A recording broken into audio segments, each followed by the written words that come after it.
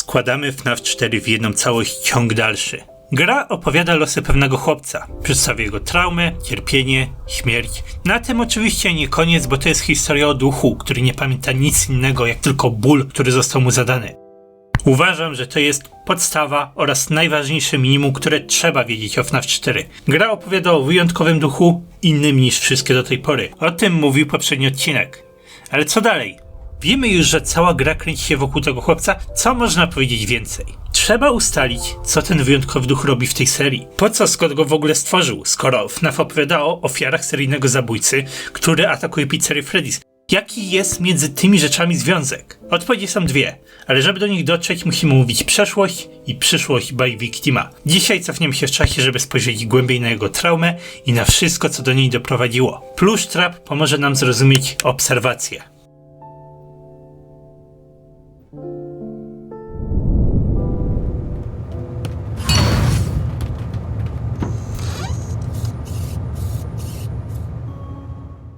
Czego dokładnie boi się płaczący chłopiec?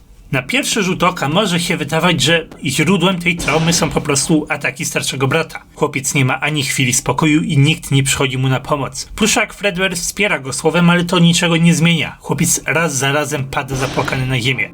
A jednak nie od tego się zaczęło. Znajdźmy następne części układanki. Trzecia minigierka, 3 dni do urodzin. Chłopiec płacze pod stołem we Fredbear's. Idziemy w lewo, a Pluszak mówi: nie pamiętasz, co widziałeś? Idziemy w prawo, a drogę zagryza nam pracownik w stroju. Pluszak mówi: wiesz, co się stanie, jeśli cię złapie. Ale co się stanie? Jak myślicie? Te słowa wyjaśniają, czego chłopiec naprawdę się boi. Wydarzyło się coś, Bite Victim zobaczył to coś i teraz wierzy, że animatroniki są bardzo niebezpieczne i chcą go skrzywdzić. To coś jest źródłem jego lęków. Chodzi o animatroniki, a nie o zbirów. Wygląda to tak. Chłopiec widzi coś, co wywołuje lęk przed robotami. Zmienia się, zaczyna płakać bez powodu, boi się podejść do animatroników, no i starszy brat to zauważa i zaczyna się z tego nabijać. Uderza tam, gdzie chłopca najbardziej zaboli. Boi się Foxy'ego, więc brat zakłada maskę Foxy'ego. Boi się Fredbeara, więc zabiera go do restauracji. Boi się pozostałych robotów i w tym pomagają pozostałe zbiry. Znęcanie się nie wywołało traumy, a jest raczej na odwrót. Przerażony chłopiec stał się bardzo łatwą ofiarą dla zbirów i dlatego się na niego rzucili. Warto jednak zaznaczyć, że chłopiec nie boi się maskotek. Fredbear na scenie, mężczyzna w stroju, zbir w masce, oni wszyscy są przerażający. Fredbear robot jest potworem, ale pluszak Fredbear jest przyjacielem. Chłopiec rozróżnia te rzeczy. Boi się maszyn, boi się ludzi. Podsumujmy co do tej pory. Chłopiec był świadkiem jakiegoś okropnego wydarzenia, przez co boi się postaci z Freddy's i Fredbear's. Wierzy, że roboty chcą go skrzywdzić. Nie wiemy jeszcze, co się wydarzyło, więc musimy szukać następnych poszlak. Spójrzmy na Plush Trapa. Ominąłem go, gdy omawiałem gameplay, bo Plush Trap i korytarz są wyjątkowe. Dopiero teraz mamy wystarczająco faktów, żeby zrozumieć, czemu jest taki specjalny. Plush Trap jest żywą zabawką, która chce cię skrzywdzić. Udaje, że jest nieruchomym pluszakiem, ale zbliża się do ciebie w ciemności. Co ciekawe, twoim zadaniem nie jest przetrwać. Łatwo jest przetrwać. Nie włączaj latarki, a zabawka nigdy nie wstanie z krzesła. Nie włączaj latarki, a zabawka nigdy cię nie zaatakuje. Ale ty masz pozwolić mu podejść, masz wygrać. Chłopiec boi się, że przegra. A to dziwne, bo ustaliliśmy, czym są jego lęki. Boi się maszyn, ale kocha pluszaki. Sypialnia ma całkowity sens, bo musi przetrwać wszystko, czego się boi. To jest normalny koszmar. Ale tutaj jest zabawa Green Light, Red Light. Baba Jaga patrzy, co to jest za lęk? Skąd w tym wszystkim zabawka chodząca w ciemności? Jest jedna wzmianka o puszaku i nawet dziecko nas straszy, że zabawka szczypie w palce, ale to o wiele za mało, żeby wyjaśnić tą zabawę. Co więcej, w korytarzu widzimy też Balloon Boya, którego to w ogóle już nie da się wyjaśnić. Ja rozumiem to tak, że Plush Trap jest nieistotny. Ważny jest korytarz i ważna jest ta gra, a zabawka może być dowolna. To też jest lęk ugryzionego chłopca, choć wydaje się nie mieć związku z całą resztą, ta trauma robi się coraz dziwniejsza. Co takiego się wydarzyło, że powstały koszmary w sypialni, ale też gra z Plush Trapem? Znajdźmy więcej wskazówek.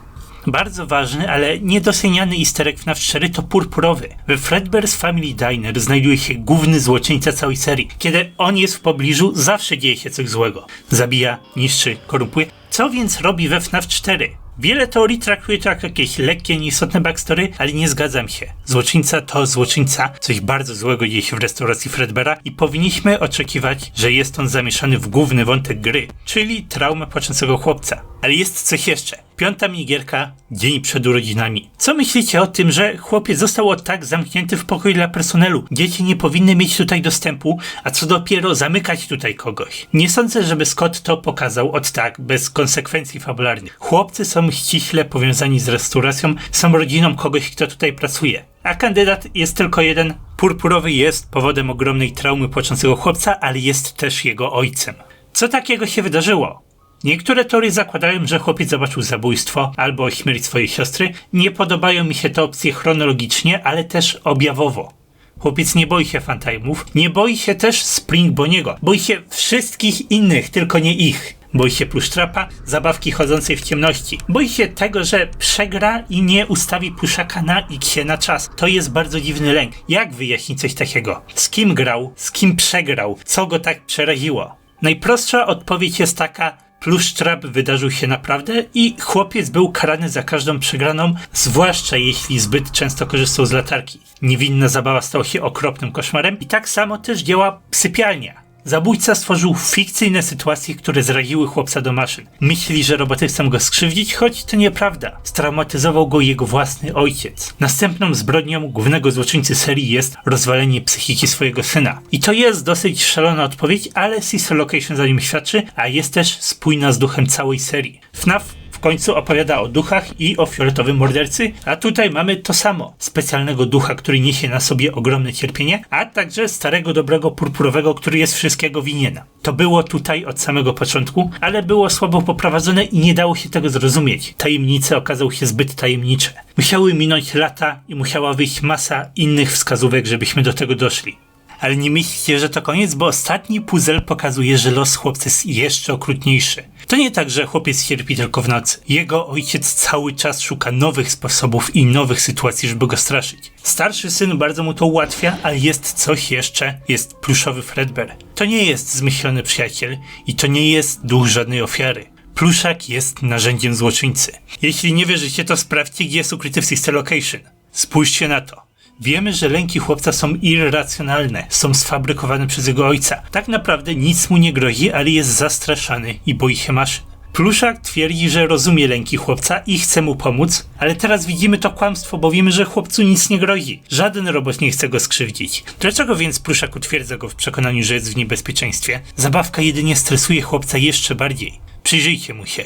Kazał chłopcu uciekać od pracownika w stroju i biec w kierunku sceny. Niby go wspiera, żeby był odważny, ale tak naprawdę to on wystawia go na stresujące sytuacje. Mówi mu, że jego brat go nienawidzi. Mówi mu, że musi iść i dać się przestraszyć, bo nie ma od tego ucieczki. Dba i dogląda tego, żeby chłopiec cierpiał. Nawet słowa "jutro jest następny dzień" brzmią teraz złowrogo. Jutro znowu będę cię obserwował, jutro znowu staniesz do walki, a ja powiem ci, żebyś był odważny. Bite Victim cierpiał 24 godziny na dobę. W nocy atakował go potwory, a za dnia był manipulowany i wystawiany na jeszcze więcej stresu. To jest pełnia zbrodni purpurowego.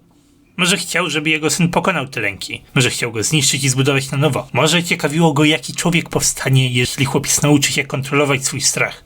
Może, a może nie.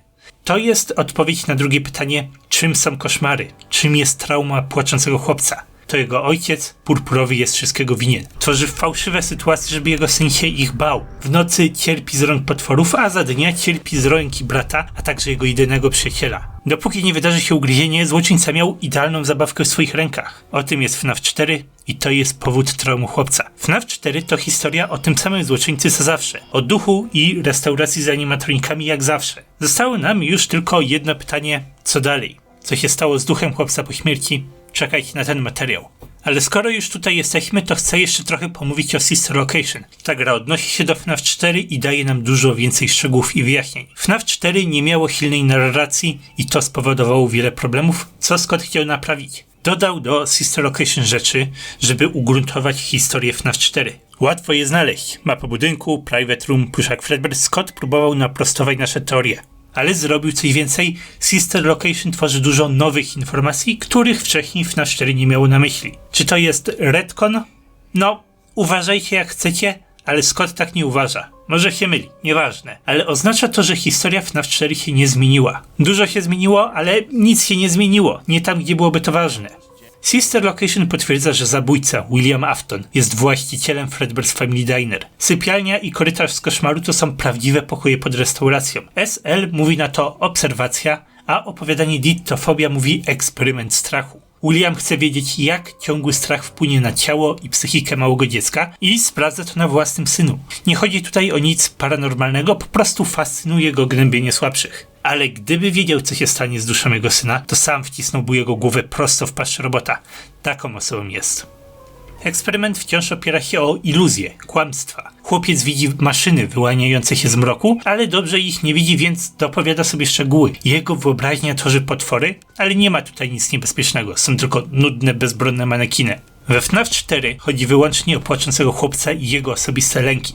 Chłopiec zmarł, William poleciał do Freddy's robić inne rzeczy, ale Sister Location przedstawia to inaczej. William kontynuował przez jakiś czas eksperyment strachu. Porywał dzieci z trudnych rodzin, więził je 24 na dobę, podtruwał gazem, obserwował. Działało to inaczej niż wcześniej. Płaczący chłopiec wychodził na dwór, ale porwane dzieci nie mogły z oczywistych powodów. No i nowy eksperyment wciąż nie szukał niczego paranormalnego. Dlatego FNAF 4 opowiada o tym, że Purpurowy gnębił swojego syna dla własnej satysfakcji. Za to Sister Location mówi o tym, że William Afton gnębił swojego syna dla badań, no i dla własnej satysfakcji to się nie zmienia. Sister Location nie przekreśla fabuły FNAF 4. Nie bójcie się na tę grę patrzeć. Scott postanowił rozwinąć wątki, żeby FNAF 4 było łatwiejsze do zrozumienia. Wspólnie te gry są lepszą wersją tej samej historii. Tyle na dzisiaj. Dużo już mówiłem o koszmarach, plusztrapie, pluszaku Fredbearze, ale ten odcinek jest taką kompletną, największą teorią na ten temat. Tego bał się chłopiec, to jest powodem jego traumy, no i tak mieliśmy to zrozumieć, gdy Scott wydał FNAF 4. Nic dziwnego, że polegliśmy, bo zagadki były zbyt trudne i Scott za dużo od nas wymagał, ale ta interpretacja robi sens, jest spójna, jest logiczna. Jeśli jeszcze nie widzieliście pierwszego odcinka na temat trylogii wyjaśnień FNAF 4, to spójrzcie na to, bo podstawy są bardzo ważne, żeby wiedzieć, na co się w ogóle patrzeć, żeby zrozumieć tą grę. Już wkrótce wyjdzie finalny, najważniejszy odcinek tej wielkiej teorii. Wyjaśnimy sobie w końcu, co dzieje się z duszą płaczącego chłopca po śmierci, jakie ma znaczenie na resztę historii i dlaczego The Bite of 87 jest istotny w fabule FNAF 4. Do zobaczenia już wkrótce.